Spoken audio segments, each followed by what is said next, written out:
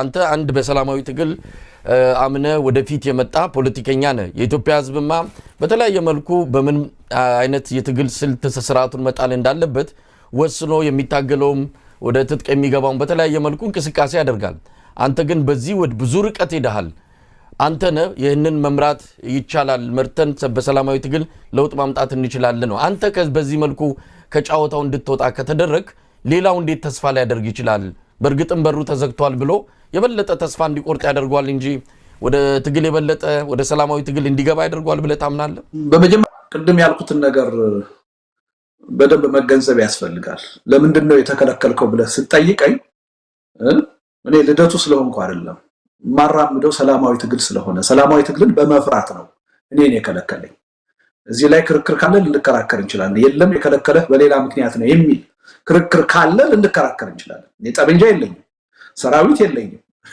እንኳን ጠበንጃ እንኳን ሰራዊት ድንጋይ የሚወረውር ደጋፊ የለኝም ምንን ነው የሚፈራው አገር ቤት ብገባ ምንድነው የሚጎዳው ስርዓቱን የአገር ቤት ብገባ ሌላ ምክንያት የለው የሚፈራው አስቀድሜም ግልጽ አድርጌያለሁ የፖለቲካ ታሪኬን በደንብ የሚያሳየው በሰላማዊ ትግል በጣም ቁርጠኛ የሆነ አቋም ያለው ሰው መሆኔን ነው በተሳትፎ በምርጫ ተሳትፎ በሰላማዊ ትግል ጠንካራ የሆነ አቋም ያለኝ አገዛዙን በሰላማዊ ትግል ማሸነፍ ይቻላል የሚል እምነት ያለኝ ሰው ነኝ ይሄን በደንብ ስለሚያውቅ ነው አገዛዙ እዚህ ላይ ልዩነት ካለ ልንከራከር እንችላለን ነገር ግን ይሄን አመለካከት እኔ ስለያዝኩ ሰላማዊ ትግል ውጤት ያመጣል ማለት አይደለም ሰላማዊ ትግል የህዝብ አስተሳሰብ የህዝብ ስልት ሲሆን ነው ውጤት የሚያመጣው እኔ ስለተቀበልኩት እኔ ስላራመድኩት የትም ሊደርስ አይችልም ተከታይ ያስፈልጋል ተቃዋሚ ጎራ የዚህ አይነት አስተሳሰብ ሲኖረው አብዛኛው የፖለቲካ ማህበረሰብ ይሄን አስተሳሰብ ሲቀበል ነው ለውጥ ሊያመጣ የሚችለው እንጂ ጥቂቶች ስላራመድ ነው ለውጥ ሊያመጣ አይችልም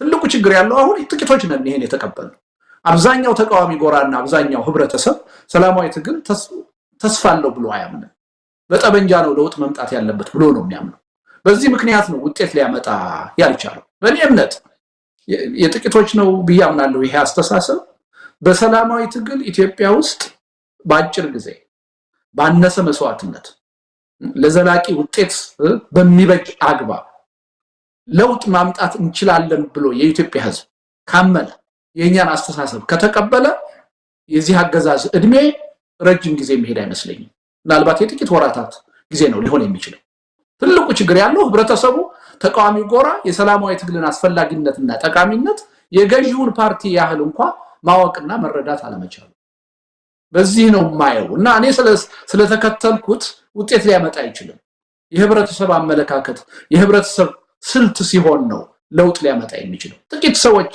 ስለተከተልነው ስላራመድነው የትም ሊደርስ አይችልም ወደፊትም በቀላሉ ሰላማዊ ትግል የህዝቡ አመለካከት መገለጫ ይሆናል የሚል እምነት የለኝም ለምን አብዛኛው ማህበረሰብ አሁን በጠበንጃ ነው ያመነ ያለው ለምን አብዛኛው ተቃዋሚ አብዛኛው አክቲቪስት አብዛኛው ጋዜጠኛ ሰላማዊ ትግል አያዋጣም በትጥቅ ትግል ነው ለውጥ የሚመጣው ይያለ ህብረተሰቡን እየቀሰቀሰ ነው ያለው በሰላማዊ ትግል ወጣችሁ ስትታገሉ ትታሰራላችሁ ትታፈናላችሁ ትገደላላችሁ ይያለ ያስፈራራ ነው ያለው እንደዚህ ይያልክ ያስፈራራህ ህብረተሰቡ በሰላማዊ ትግል ተስፋ እንዲቆርጥ ያደረክ ጥቂት ሰዎች የፈለገውን ያህል በሰላማዊ ትግል ብናምን ለውጥ ሊመጣ አይችልም ህብረተሰቡ እንዲቀበለው እንዲያምንበት ሲደረግ ነው ለውጥ የሚመጣው ህብረተሰቡ ሲያምንበትና ሲቀበለው ማንንም አምባገነን በኢትዮጵያ ህዝብ ጫንቃ የመዋልና የማደር እድል አይኖርም ትልቁ ችግር ያለው ህብረተሰቡ በተለይም ተቃዋሚው ጎራ ይሄን አመለካከት መቀበል ባለመቻሉ አሁንም እንደጥንቱ ኋላ ቀር የሆነ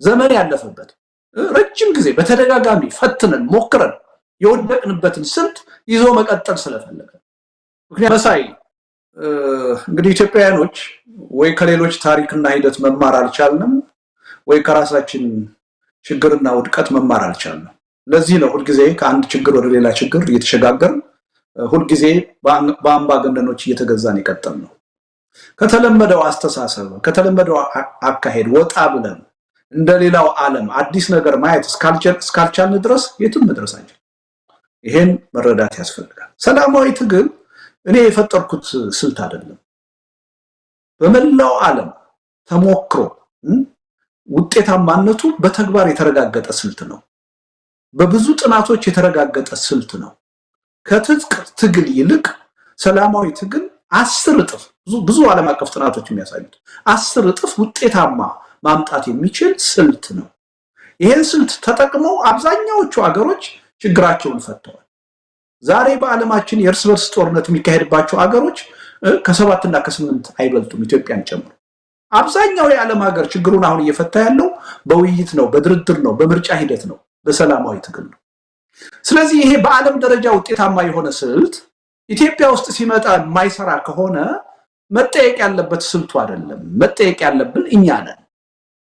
ከሌላው ዓለም በምን ተለይተን ነው እኛ ሰላማዊ ትግል መጠቀም ያልቻልነው? ሰላማዊ ትግል የማይሰራው ሀገራችን ለምንድን ነው ብለን መጠየቅ ያለብን ራሳችንን። ድክመታችንን ችግራችንን መፈተሽ ያለብን እኛ ነን። በዓለም ውጤታማ የሆነውን ሰላማዊ ትግልን ጥያቄ ውስጥ ማስገባት ችግሩ ያለው ስልቱ ላይ አይደለም፣ ችግሩ ያለው እኛ ላይ ነው። ይሄን መረዳት ካልቻልን ኢትዮጵያውያን ችግራችን ገና ነው፣ መከራችን ገና ነው፣ ይቀጥላል። አሁን ቅድም አነሳልኝ የሶማሌ ነፃ አውጪ ግንባር አዎ ትጥቅ ትግል ሲያካሂድ ነበረ። ለሰላማዊ ትግል አካሂዳለሁ ብሎ አሁን ወደ ሀገር ውስጥ ገባ። ትነግረኛለህ አንድ ሰላማዊ ሰልፍ አድርጓል ካሁን በፊት? ስንት የሥራ ማቆም አድማ ጠርቷል ካሁን በፊት? ስንት ፐብሊክ ዲስኦቢዲየንስ ወይም ደግሞ የህብረተሰብ እምቢተኝነት ጠርቷል? ትነግረኛለህ?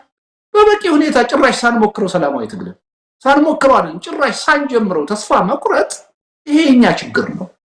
ሰላማዊ ትግል አልገባንም። ምን ያህል ኃያል እንደሆነ መማር ማወቅ አልቻልንም። ስለዚህ እኔ ልደቱ የፈጠረው ስልት አይደለም ይሄ። በብዙ አገሮች በፖለቲካ መሪዎች በተግባር ውሎ ተጨባጭ የሆነ ውጤት ያሳየ ነው። በብዙ ሳይንቲፊክ ጥናቶች ውጤታማነቱ ከበቂ በላይ የተረጋገጠ ነው። ይሄ ስልት ኢትዮጵያ ውስጥ የማይሰራ ከሆነ ተጠያቂው ስልቱ አይደለም። ስልቱን መጠቀም ያልቻልነው የኢትዮጵያ የፖለቲካ ኃይሎች ነን ተጠያቂ መሆን ያለብን። እኔ በጣም የሚያሳዝነኝ መሳይ በ21ኛው ክፍለ ዘመን በእኔና በአንተ እድሜ ከሁለተኛው ከዚህ ከቀዝቃዛው ዓለም ጦርነት ማብቃት በኋላ ከ70 ከ80 አገር በላይ ወደ ዲሞክራሲ ተሸጋግሯል፣ ወደ ሰላማዊ ትግል ተሸጋግሯል። እኛ ግን በ21ኛው ክፍለ ዘመን ሰላማዊ ትግል ያስፈልጋል አያስፈልግም፣ ይጠቅማል አይጠቅምም በሚል እንከራከራለን። እጅግ በጣም ኋላ ቀሮች ነን። ፖለቲካችን እጅግ ፕሪሚቲቭ ነው፣ ኋላ ቀር ነው። የሚያሳዝን ነው። አባቶቻችን፣ አያቶቻችን፣ ቅድመ አያቶቻችን ለሺህ ዘመን ሲዋጉ ነው የኖሩት። ኢትዮጵያ ዛሬ በመንግስት ታሪክ በስልጣኔ የጥንት ሀገር ሆና እያለ በድህነት ጭራ ሆና አሁን የምትገኘው በሌላ ምክንያት አይደለም። ከጦርነት አዙሪት መላቀቅ ስላልቻልን ነው። ከእርስ በርስ መገዳደል መላቀቅ ስላልቻልን ነው። ወደ ሰላማዊ የትግል ሂደት መግባት ስላልቻልን። እኔ ከዚህ በኋላ ምን ልንማር እንችላለን? እንደው ሌላውን እንተውና ዶክተር አብይ ወደ ስልጣን ከመጡ በኋላ ስንት ጦርነቶች ተጀመሩ? ስንት ጦርነቶች እየተካሄዱ ነው? ምን ውጤት አገኘ? ስንት ህዝብ አለቀ? በሚሊዮን የሚቆጠር ህዝብ አልቋል። ምን ጠባለ? ሰላማዊ ትግል ግን በዚህ 6-7 ዓመት የት ነው ያካሄድነው? በሰላማዊ ትግል ስንት ሰው ሞተ? ትነግረኛለህ? በቁጥር አሁን ስንት ሰው ሞተ በሰላማዊ ትግል?